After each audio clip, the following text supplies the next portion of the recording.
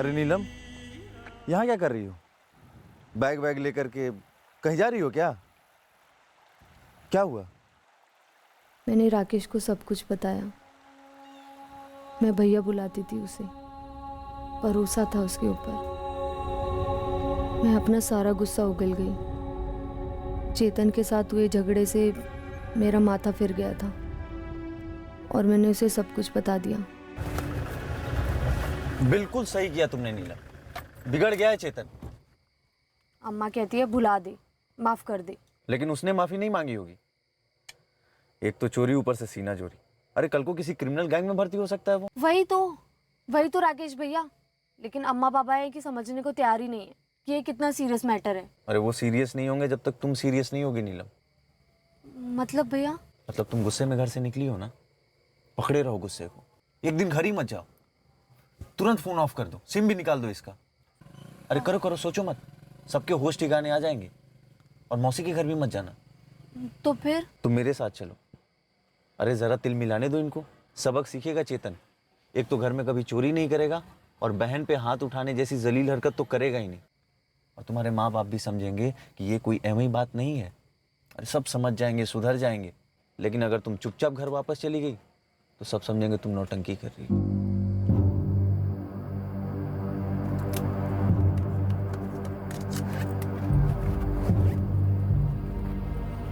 मुझे पता ही नहीं चला कि मुझे फंसाया जा रहा है। कभी सोचा ही नहीं था कि राकेश भैया भेड़िया निकलेगा। मैं राकेश भैया के साथ चली गई। मुझे उसके इरादों के बारे में कुछ नहीं पता था।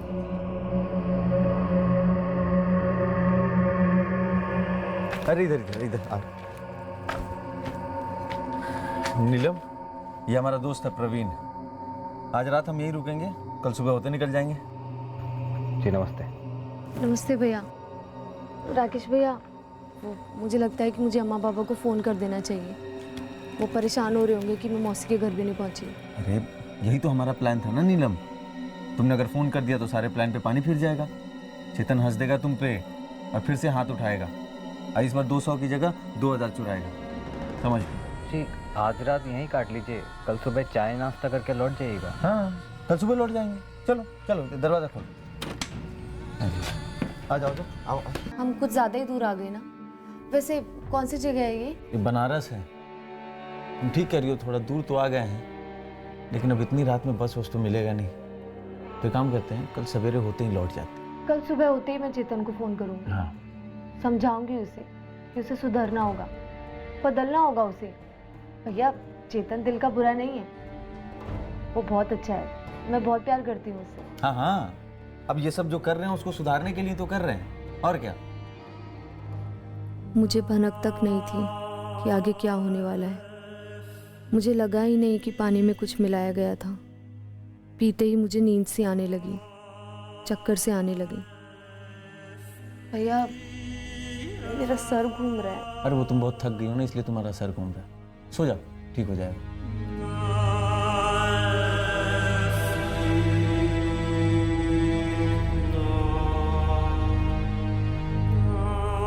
वो मेरे पास लेट गया।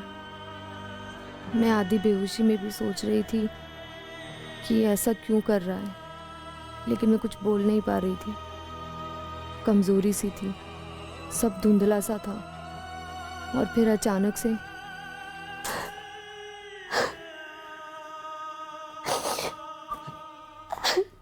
ये क्या किया तूने राकेश? दोस्ती में मैंने तेरी मदद की, साले तूने तो कहा था ये तेरी बहन जैसी है। मैंने कितने बार मना किया, तब बोला भी नहीं, लेकिन उसने मेरी सुनी तक नहीं।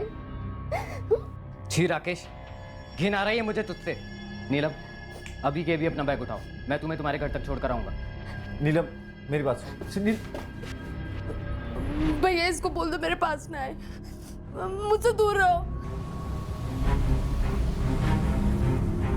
इतनी शॉक में थी से, इतनी टूटी हुई थी कि मुझसे हिम्मत ही नहीं हुई बाबा या चेतन को फ़ोन करने की।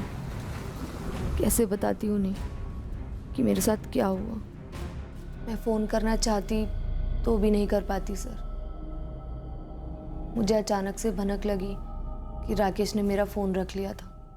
ये प्रवीण, ये तुम्हें इलाहाबाद ले गया? मुझे मालूम नहीं था सर, वो मुझे कहाँ लेके जा रहे थे। प्रवीण भैया पर भरोसा किया था, लेकिन वो भी राकेश जैसा निकला। दोनों की मिलीभगत थी सर। प्रवीण ने मुझे कोल्ड ड्रिंक पिलाया और मैं फिर से बेहोश हो गई, और जब उठी तो मैं प्रवीण के घर पर थी।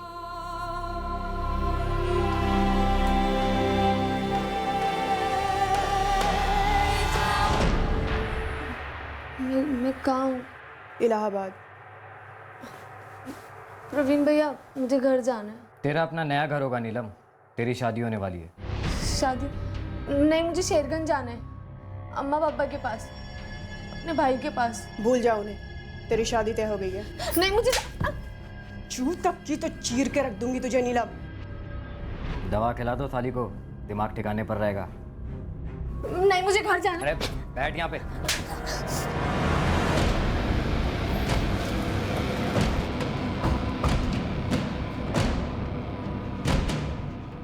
और अनंत का केस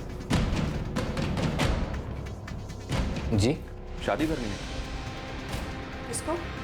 हम सबको, लेकिन हनीमून पे आप सब लोग साथ में चलेंगे। कौन हो तुम लोग? हम लोग बैंड बाजा पार्टी। वैसे आपकी पार्टनर अम्बिका पटेल कहाँ है? रिसेप्शन में तो उनको भी आना पड़ेगा ना। पुलिस? पर तुम ये देखिए सर, जिस दिन पकाने में पानी बंद हो जाए ना, इस कागज का इस्तेमाल कर लेना, समझा? तुम सब लोग थाने चलोगे, सबके दस्तखत लिए जाएंगे और अंगूठे के निशान भी लिए जाएंगे। अगर निशान देने की हालत में रहे तो। इस घिनौनी साजिश, इस संगीन जुर्म के हर किरदार को हमने धर लिया। प्रवीण त्रिपाठी, उसकी पत्नी नीता त्रिपाठी, पार्टनर सुधांशु सिंह और एजेंट अंबिका पटेल। पर इस साजिश का सरदार, मास्टरमाइंड था राकेश झा, जो नीलम और उसके परिवार से अच्छी तरह परिचित था। उसने नीलम के गुस्से का फायदा उठाया और उसे अगवा कर लिया। वाराणसी की रहने वाली अंबिका पटेल ट्रैफिकर थी, जिसका राकेश झा के साथ अफेयर था, और उसके जरिए राकेश प्रवीण, नीता और सुधांशु से कांटेक्ट बना पाया था। इंस्पेक्टर साहब, हमने बड़े कायदे से लड़की को सही सलामत उसके घर तक पहुंचा दिया है। बहुत बहुत धन्यवाद प्रवीण जी। हम तो लड़की वाले हैं, हम भी कायदे से खूब खातिरदारी करके आपको अदालत पहुंचा देंगे। एक काम करते हैं सर, कम से कम 2 हफ्ते इनकी अरेस्टिंग दिखाते ही नहीं है, इनकी जम के खिलाई पिलाई करते हैं। नीलम ने भी तो पूरे 11 महीने इन लोगों की मेहमान नवाजी का लुत्फ उठाया। बनता तो है सर। एक मिनट, जो कुछ भी हम सच सच बता देंगे, और लड़की का ऐसा भी कुछ बिगड़ा नहीं है सर। राकेश ने अंबिका के जरिए नीलम को प्रवीण, नीता और सुधांशु को बेचा था। आगरा से हमने मयंक चौधरी को गिरफ्तार कर लिया। वो नीलम का पहला खरीदार था। 3 लाख में उसने नीलम को बतौर दुल्हन खरीदा। सुन प्रवीण, नहीं जम रही है यार। कल मैं लड़की को तेरे पास वापस लेके आ रहा हूँ। क्या हुआ मयंक? कुछ कर दिया क्या नीलम ने? घर का एक काम नहीं करती है। मेरी अम्मा उसे नहीं संभाल पा रही है। साली को प्यार से समझाया, बेल्ट से समझाया, सुनती नहीं है कमीनी। देख, नहीं चाहिए मुझे ऐसी बला। तू मेरे पैसे रेडी रखना, मैं आ रहा हूँ कल। वाह, अच्छा मजाक कर रहा है। 4 महीने जम के इस्तेमाल किया तूने उसे। अरे कौन सा पूरे 3 लाख रुपए मांग रहा हूँ यार, कम से कम 50% तो वापस दे दे। सब नाक में दम कर दिया था उसने सब, तो हमें उसे वापस लेना ही पड़ा। मयंक को पूरे 1.5 लाख लौटाने पड़े।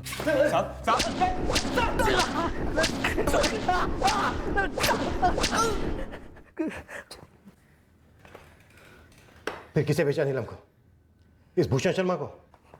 भूषण के साथ सिर्फ 2.5 लाख की डील की। बेचा 2.5 लाख में बेचा, समझा? बेचा बोलना है तो बेचा बोल दीजिए साहब, लेकिन अचानक से उसने कांड कर डाला साहब। नीलम ने अपने बाप को फोन कर दिया। कह रही मेरे फोन से अपने बाप को फोन कर दिया। क्या? मैंने बोला था तुझे दवाई टाइम टू टाइम दे, थप्पड़ टाइम टू टाइम लगा, और फोन दूर रख उससे हर टाइम। अरे यार, सब कुछ वैसे हो रहा है, बस कल रात में अपना फोन लॉक करना भूल गया। सुन भाई, इसे वापस ले जा, मुझे इस मुसीबत में नहीं फंसना है। इंसान है, कोई चीज नहीं है कि दुकान पे जाके वापस लौटा दूं इसे। देख प्रवीण, मैं ये घर और ये नौकरी सब कुछ बदल रहा हूँ, नए सिरे से शुरुआत कर रहा हूँ। अगर तू इसे वापस नहीं लेगा ना, तो मैं कहीं भी जाकर छोड़ दूंगा। अरे मत, तू एक काम कर, तू मेरे पास ले आ, मेरे पास ले आ। फिर से? तो लेने के देने पड़ गए। बस अब इस बार इसको रीसेल में नहीं डालते प्रवीण। तो फिर क्या करना है? सुधांशु सही कह रहा है प्रवीण, उसको रीसेल में मत डाल, वापस कर देते हैं उसे। क्यों? कुछ ज़्यादा गड़बड़ हो गई क्या? अरे उसने फ़ोन करके अपने बाप को मेरा नाम दे दिया है। भाई यार, अब क्या करें? अब क्या, शामत की तैयारी करूं? 2 दिन से पुलिस वालों ने जो क्लास लगाई है मेरी, जैसे तैसे निकला हूं लॉकअप से। और तू अब बता रहा है मुझे? अभी घर पहुंचा हूं थाने से।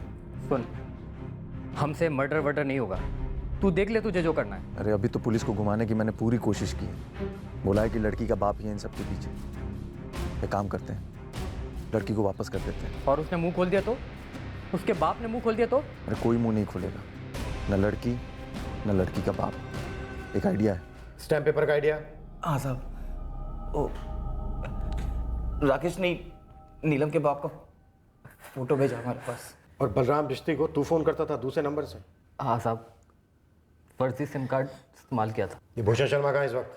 वो फरीदाबाद में साहब। सर आप मेरी बात क्यों नहीं समझ रहे सर? सर मेरा गुनाह क्या है सर? सर मैंने बाकायदा शादी किया है उससे सर। 2 दिन बाद हमने भूषण शर्मा को गिरफ्तार किया और इस केस का आखिरी गुनहगार हमारी हिरासत में आ गया। साहब, आप एक बार स्टैम्प पेपर पढ़ तो लो। ऊपर से हमने लड़की को वापस भी कर दिया है।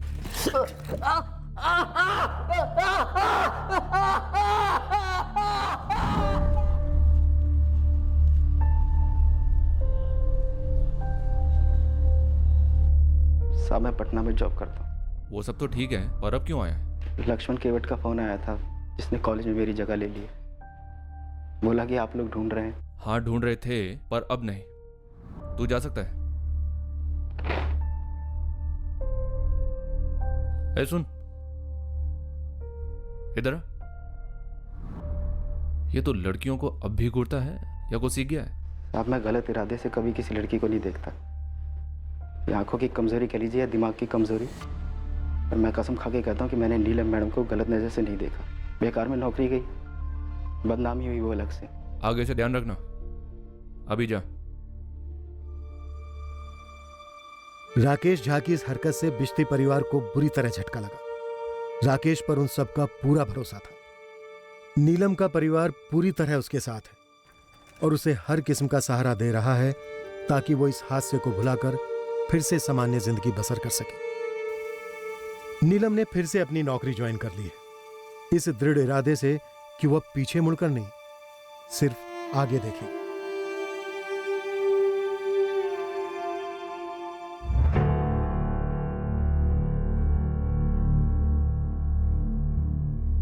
नीलम की मेडिकल रिपोर्ट ने इस बात का पुष्टिकरण किया कि उसके साथ बलात्कार हुआ था, पर बेहोशी की दवाइयां पिलाने का आरोप सिद्ध नहीं हो पाया, क्योंकि जब तक नीलम का मेडिकल करवाया गया तब तक काफी देर हो चुकी थी और उसके ब्लड स्ट्रीम में उन दवाइयों के अंश नहीं मिले। सारे आरोपियों में केवल नीता त्रिपाठी की जमानत हुई क्योंकि वो प्रेग्नेंट थी। हमने बलराम के दस्तखत वाले स्टैम्प पेपर्स भी बरामद कर लिए, जो एकमात्र कानूनी दस्तावेज था जो यह सिद्ध कर रहा था कि नीलम बिश्ती की भूषण शर्मा के साथ शादी हुई थी। अब यह दस्तावेज नीलम के साथ हुए अत्याचारों का सबूत साबित होगा और उसे न्याय दिलाने में मदद करेगा। किसी पर भी आंखें मूंद कर भरोसा ना करें, फिर चाहे वो व्यक्ति कितनी भी अच्छी तरह परिचित क्यों ना हो। परिवार के किसी सदस्य पर भले जितना गुस्सा हो, पर इस भ्रम में कभी ना रहें कि कोई बाहर वाला आपके गुस्से को बेहतर समझेगा या आपके हालात सुधार पाएगा। नहीं, फैमिली फैमिली होती है। टीनेजर्स, युवाओं, आपकी उम्र ऐसी है जब गुस्सा ज्वालामुखी की तरह उमड़ता है और घर से भाग जाने का ख्याल आए दिन आता है, पर उस ख्याल को ख्याल तक ही सीमित रखें, उसे अमल में लाने का प्रयास बिल्कुल ना करें। परिवार के साथ कोई नीलम बेटा कहाँ तू? सर रोहतक का नंबर है, किसी भूषण शर्मा के नंबर स्टार्ट है।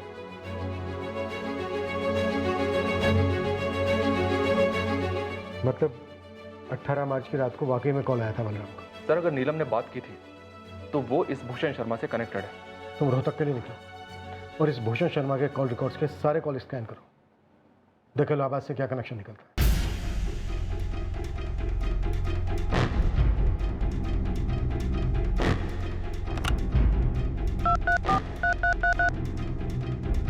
The number you have called is currently switched off. Sir 23 मार्च को बलराम को जिस अननोन नंबर से कॉल आया था, ये वाला, फिलहाल ये नंबर स्विच ऑफ आ रहा है। मैंने अर्जेंट बेसिस पे इस नंबर की सारी डिटेल मंगवाई है। फिलहाल फ़ोन कंपनी से इतना पता चल पाया है कि ये नंबर इलाहाबाद का है। बाकी की डिटेल्स भी जल्दी आ जाएंगी। और 24 मार्च को बलराम राजेंद्र को लेकर इलाहाबाद के लिए निकलता है, इसी कॉल की वजह से।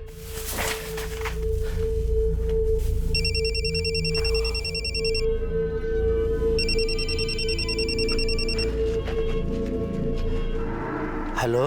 हेलो, बलराम बिश्ती। जी, आप कौन बोल रहे हैं? नीलम तुमसे मिलना चाहती है।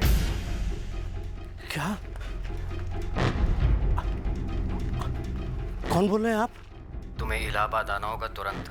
और 18 मार्च को इस रोहतक वाले भूषण शर्मा के नंबर से नीलम का कॉल आता है और वो शेरगंज के ही राकेश झा का नाम लेती है। और सर 19 से 20 मार्च तक हमने इस राकेश की काफ़ी तुड़ाई भी की थी। और वो अड़ा रहा कि उसे फंसाया जा रहा है। तो शायद बलराम झूठ बोल रहा है। और बलराम झूठ क्यों बोलेगा? सर मुझे नहीं लगता कि नीलम अपनी मर्जी से कहीं गई है। शायद ये फैमिली के अंदर की बात है जो शायद चेतन को नहीं पता, इसलिए हमें नहीं बता पा रहे हैं। गीता, गुरु को बोलो कि वो बलराम और राजेंद्र के पीछे लग जाए और पता करे कि ये लोग इलाहाबाद क्यों गए थे।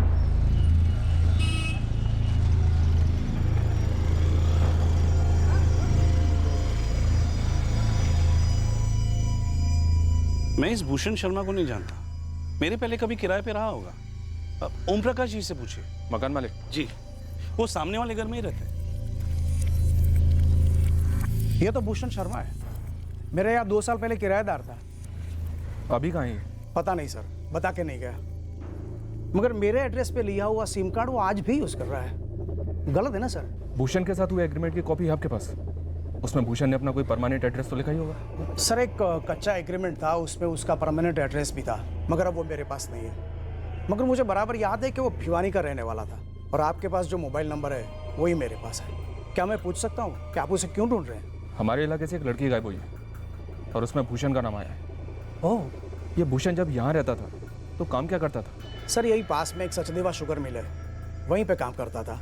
चंदर, ये कब की बात है? अब तारीख तो ठीक से याद नहीं है गुरु। हाँ, लेकिन जब मैं लोडिंग कर रहा था तब अचानक बलराम जी का फ़ोन बजा।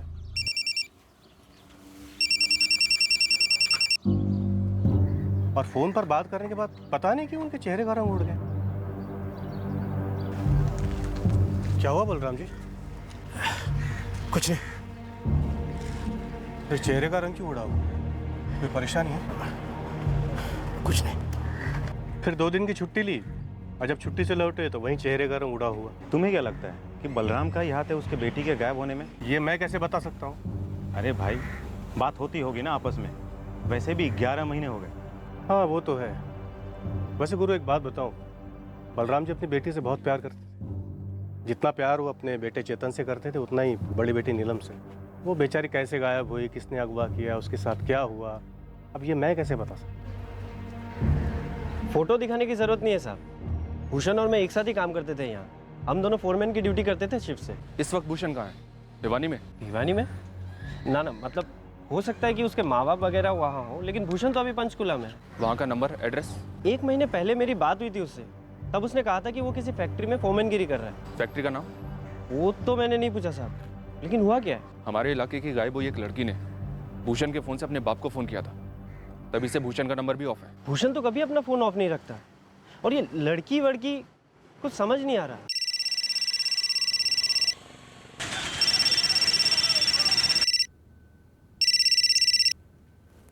हेलो जी, कौन बोल रहे हैं? जी, आपने फ़ोन किया है, आप बताइए कौन बोल रहा है? Bihar police assistant sub inspector Geeta Jaiswal. जी बोलिए। आपके नंबर पर किसी भूषण शर्मा नाम के आदमी का कॉल आया था 19 मार्च को। हो सकता है किया हो, लेकिन बात क्या है?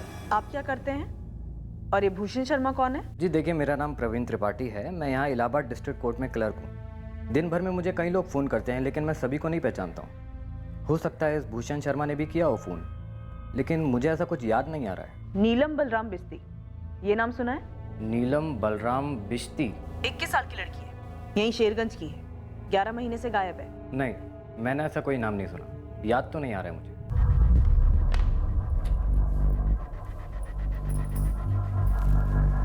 शेरगंज पुलिस का फ़ोन था। तो बलराम हमसे जो वादा करके गया उसे तोड़ रहा है। सर 23 मार्च को जो बलराम को फ़ोन आया था इलाहाबाद वाला, वो किसी फर्जी नाम और एड्रेस पे लिया हुआ है। लेकिन सर देखने वाली बात यह है कि भूषण शर्मा के फ़ोन से नीलम फ़ोन करती है अपने पिता बलराम को। वही भूषण शर्मा इस कोर्ट क्लर्क प्रवीण त्रिपाठी को फ़ोन करता है इलाहाबाद में, और सर उसी के बाद बलराम इलाहाबाद जाता है। लेकिन सर प्रवीण कह रहा है कि ना वो बलराम को जानता है और ना ही नीलम को। प्रवीण झूठ बोल रहा है। सर आई थिंक सब झूठ बोल रहे हैं, खासतौर से बलराम। सर मैं अभी भी अपनी ही थ्योरी पे जोर दूंगी कि नीलम को जबरदस्ती अगवा नहीं किया गया है। ये जरूर फैमिली का ही मैटर है जिसमें district court clerk Praveen Tripathi भी शामिल है। तो जरूर ये कोर्ट मैरिज का मसला हो सकता है। जबरदस्ती शादी करा दी गई होगी इलाहाबाद में। जितना नीलम को जाना है उससे लगता तो नहीं है कि नीलम की जबरदस्ती शादी करवाई जा सकती है। सर जिद तोड़ी गई होगी। वो जो फोन आया था नीलम का बलराम को, सर वो सच में आया होगा। नीलम मदद मांग रही होगी कि उसके बाबा आकर उसे छुड़ाएं इस जबरदस्ती की गई शादी से, और बलराम वो हमें यहाँ गोल गोल घुमा रहे हैं। इस बलराम से दोबारा बात करनी होगी, और इस बार हमारी अपनी भाषा में।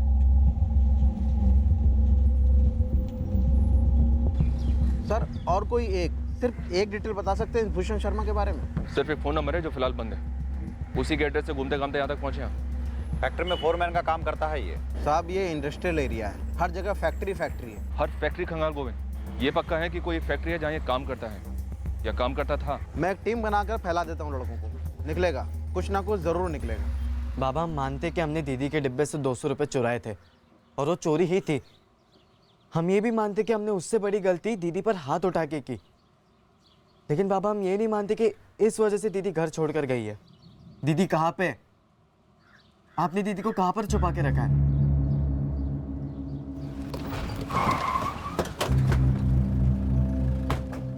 बलराम जी थाने चलिए, आपसे कुछ जरूरी बातें करनी है। मेरे पास कहने के लिए अब और कुछ नहीं बचा। नीलम जब तक मिल नहीं जाती ना, तब तक हमारे पास कहने सुनने के लिए काफी कुछ है। आप मेरी बेटी को ढूंढना छोड़ दीजिए साहब। मतलब हम केस क्लोज कर दें? नीलम को आप नहीं ढूंढ पाए? मतलब हम आपको लिखित में दें कि नीलम के फादर ने उसे ढूंढ लिया है और हम केस क्लोज कर रहे हैं। जो आपको ठीक लगे। इस वक्त हमें ठीक नहीं लग रहा है बलराम जी, आपका बिहेवियर, आपका बर्ताव, जो हम 2 मिनट में ठीक कर सकते हैं अपने डंडे से। तो बरसाइए डंडे, जितना जी चाहे बरसाइए। ऐसा क्या कर दिया नीलम के साथ जो आप हमारे डंडे से खुद को दंड देना चाहते हैं? किसी से जबरदस्ती शादी तो नहीं करवा दी है इलाहाबाद में? कहीं ये मिसिंग केस पहले ही दिन से एक नाटक तो नहीं था? तुम्हारी खामोशी का ये एक एक पल हमारे शक को और गहरा करता जा रहा है। अब तो हम दावे के साथ कह सकते हैं कि अगर नीलम घर वापस नहीं लौटी है, वो इसलिए क्योंकि इसका जिम्मेदार उसका बाप है। क्यों बलराम, ये गुमशुदगी का नाटक क्यों? राम कसम मैंने पुलिस को कुछ नहीं बताया। तो फिर वो मुझ तक कैसे पहुंचे? मुझे नहीं पता, मैं पुलिस से बात ही नहीं कर रहा हूँ। तो अभी बात कर और बोल उन्हें साफ साफ कि मुझे ये केस आगे नहीं बढ़ाना है। तुझे तेरी बेटी की परवाह है या नहीं? हाँ है। तो बस केस वापस ले ले, जल्द से जल्द। मुझे ये केस आगे नहीं बढ़ाना साहब। तुमने कोई मार्केट से प्रेशर कुकर नहीं खरीदा है कि वापस कर दिया और फिर रिफंड भी मिलेगा? तो क्या करेंगे आप? मारेंगे? मारिए, जान से ही मार दीजिए मुझे। ये ड्रामा नहीं बलराम, पीड़ित तुम्हारी बेटी नीलम है, तुम नहीं। तुम गुनहगारों की तरफ हो। गुनहगार तो ये गरीबी है साहब। सिर्फ 200 रुपए और एक थप्पड़ की वजह से मेरी बेटी घर से निकल गई गुस्से में, ये सच है और ये बदल नहीं सकता। क्योंकि ये हुआ है तो बाकी सब भी हुआ। बाकी सब? इस बाकी सब पर थोड़ी रोशनी डालेंगे? मुझे नहीं पता साहब मेरी बेटी है कहाँ। अगर पता होता तो उसे मैं कब का घर ले आता। आपके ये बकवास भाषण नहीं सुनता। सर इस भूषण शर्मा का पंचकुला के घर का एड्रेस मिल गया है। इसने 21 मार्च को फैक्ट्री से नौकरी छोड़ी। खबरी गोविंद इसके किराए के मकान पर है। इस वाले घर से भी निकल गया? गोविंद कहते तो यही रहा है सर। इस भूषण शर्मा को ट्रेस करना बहुत जरूरी है मनोज। ये केस कुछ अजीब है। बलराम काफी कुछ जानता है और काफी कुछ छुपा भी रहा है।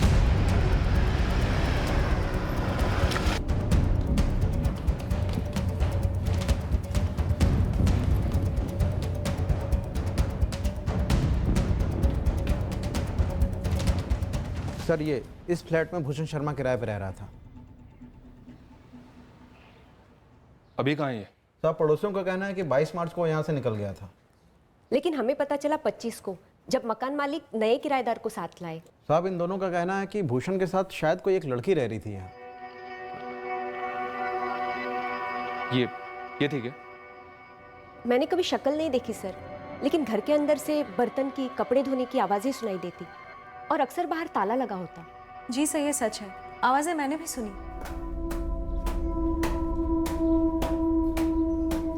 सुना? मगर ऐसे कैसे? मुझे पहले लगा बिल्ली विल्ली होगी, बिल्ली तो बर्तन गिरा सकती है ना, ब्रश से कपड़े थोड़ी धोएगी। और बस एक बार मैंने उस भूषण को घर लौटते हुए देखा, मुझसे रहा नहीं गया तो मैंने उसे सीधा पूछ लिया, भूषण जी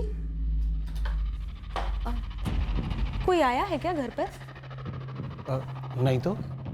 दोपहर को कुछ आवाजें आ रही थी अंदर से, मैंने और कोमल दोनों ने सुनी। अच्छा, बड़ी अजीब बात है। अब चोर तो हो नहीं सकता क्योंकि चुराने के लिए कुछ है नहीं। भूत हो सकता है। हाँ, घर काम की आवाजें आ रही थी तो भूत नहीं होगी। मैं कोशिश करता हूँ उसे भगाने की। और उस दिन के बाद आवाजें आनी बंद हो गई। ये भूषण शर्मा इस वक्त कहाँ मिलेगा? मकान मालिक को भी नहीं पता और जहाँ फैक्ट्री में काम करता था उन्हें भी नहीं पता। 22 मार्च को भूषण शर्मा ने पंचकुला का किराए का मकान छोड़ा और 19 मार्च को इलाहाबाद के प्रवीण त्रिपाठी को कॉल किया और फिर 18 मार्च को इस भूषण शर्मा के नंबर से बलराम को कॉल आता है और बलराम कहता है कि ये कॉल नीलम ने किया था। पापा। नीलम? और फिर 24 और 25 तारीख को बलराम और राजेंद्र इलाहाबाद के लिए निकलते हैं। मतलब पक्का ये सब आपस में मिले हुए, भूषण, प्रवीण, बलराम और राजेंद्र। ये चारों कनेक्टेड लगते हैं, लेकिन सर सवाल यह है कि इस वक्त नीलम का है, वो सही सलामत है भी या नहीं? 11 महीने कोई पहल नहीं और अब अचानक से तूफान सा आया है लीड्स का और खबरों का। साहब मैंने बलराम और राजेंद्र दोनों पर फील्डिंग लगा रखी है, लेकिन दोनों हद से ज्यादा चुप हैं। सर, ये प्रवीण त्रिपाठी इलाहाबाद वाला, उठाते हैं इसे सर। वो तो कर लेंगे, लेकिन इस प्रवीण को तोड़ेंगे किस बात पर? हमारे पास कोई सबूत नहीं है कि बलराम और प्रवीण के बीच कोई कनेक्शन है। सिर्फ इतना कि प्रवीण इलाहाबाद में रहता है और ये लोग शायद उससे मिलने गए होंगे। साहब ये बलराम का लड़का चेतन और राजेंद्र की लड़की अर्चना क्या वाकई में कुछ नहीं जानते हैं या फिर टॉप लेवल की एक्टिंग कर रहे हैं? सर, मैं पहले दिन से कहती आई, ये घरेलू मामला ही है। घरेलू मामला है तो फिर हमारे पास शिकायत दर्ज क्यों करवाई? किसे गुमराह करने के लिए? प्रवीण मेरे लेने के देने पड़ रहे हैं। पुलिस रोहतक से पंचकुला पहुंची है और उन्हें भिवानी पहुंचने में देर नहीं लगेगी। भूषण शांति रखो, हमें जो करना है हम कर रहे हैं। तुझे जो करना है कर, लेकिन मुझे इस झमेले में नहीं पड़ना है। अब हमारे पास सब कुछ लिखित में है, हमारी तरफ से हम सब सेफ हैं। मुझे पूरा भरोसा है बलराम अपना मुंह नहीं खोलेगा। मैं तो कहती हूँ रात गई बात गई, भूल जाओ सब कुछ।